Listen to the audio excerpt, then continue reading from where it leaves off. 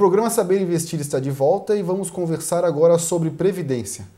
Marcelo, com essa mudança de cenário, os próprios fundos de investimento, de previdência, têm mudado um pouco os seus ativos, né? Como está sendo essa mudança?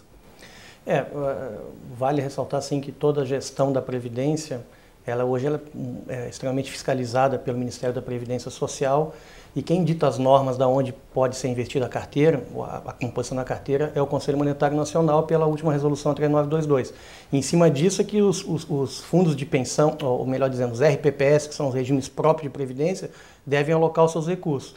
E obviamente tem algumas restrições, e sendo elas, nós temos que estar basicamente, aí, podemos estar até 100% em títulos públicos.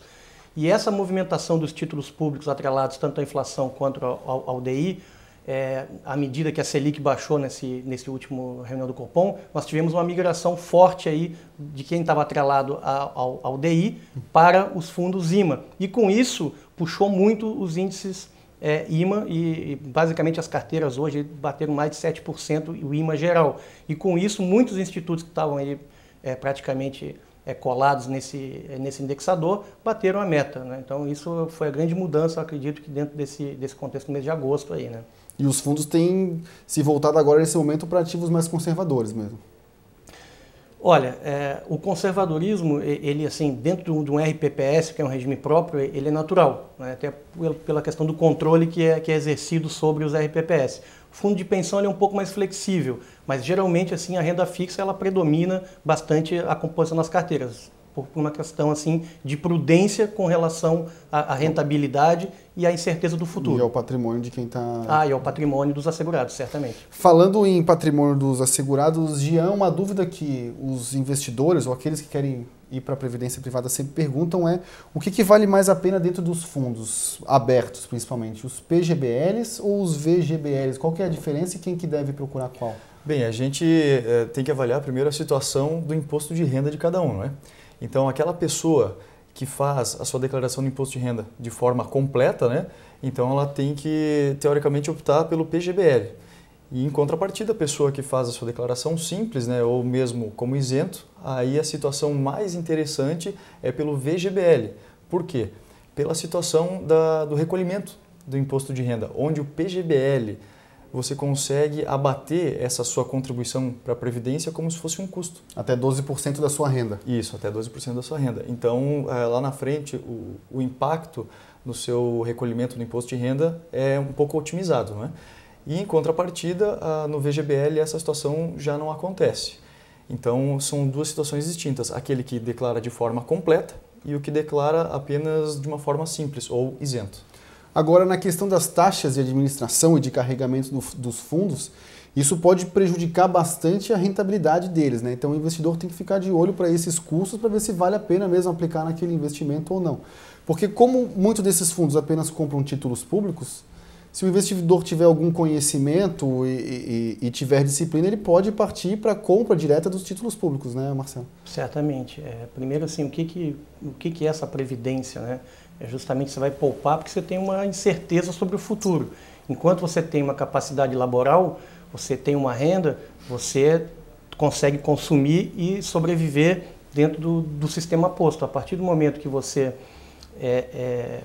perde essa capacidade laboral, você tem que ter uma renda para poder suprir a sua necessidade diária de consumo. Bem, então você tem que poupar. E qual é a forma de poupar? Ou você poupa pelo regime geral, e aí é compulsório, né? Pois o regime geral, o INSS, como gestor do fundo, ele retém de você um percentual para formar poupança para te pagar lá na frente.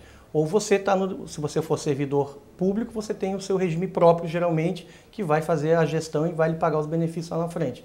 E por sua vez, se você não é nenhum nem outro, aí você quer poupar, você pode aderir a esses planos aí, que são os planos de bancos PGBL e VGBL, ou se você é mais disciplinado, você pode efetivamente fazer uma poupança, que você não necessariamente você vai estar pagando taxa de administração, uma taxa de carregamento sobre o que você poupa mensalmente. Você pode, sim, se você for disciplinado, poupar diretamente e até mesmo comprar títulos públicos de forma direta. Penso que o ponto-chave que o Marcelo comentou é aquela situação de ter um rendimento mensal, ou seja, a necessidade de um fluxo de caixa.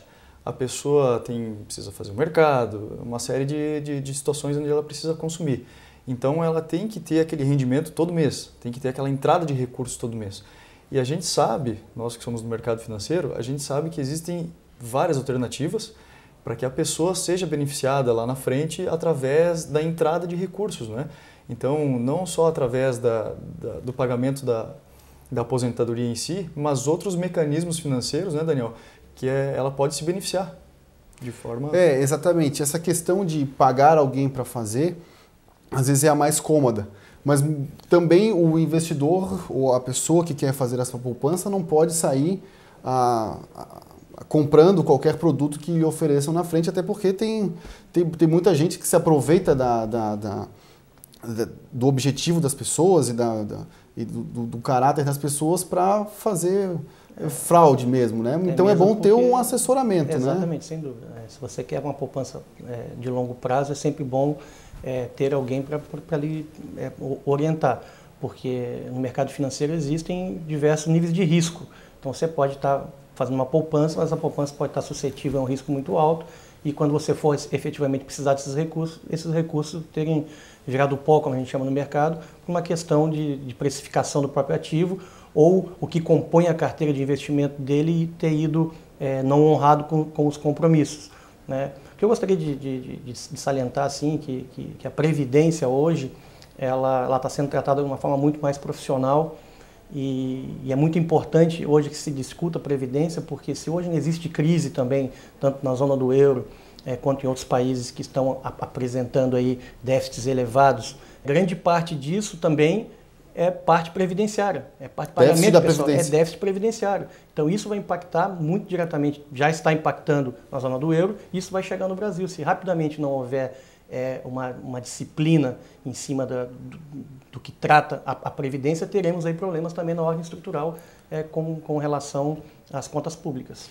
E é por isso que você precisa acompanhar os seus investimentos, e se você desejar que nós façamos uma avaliação da sua carteira ou de um plano para a sua previdência, entre em contato conosco através do site. E a gente agradece a presença do economista Marcelo Mendonça aqui no Saber Investir, e acompanhe no próximo bloco o crescimento do setor de construção civil na Grande Florianópolis. Não saia daí.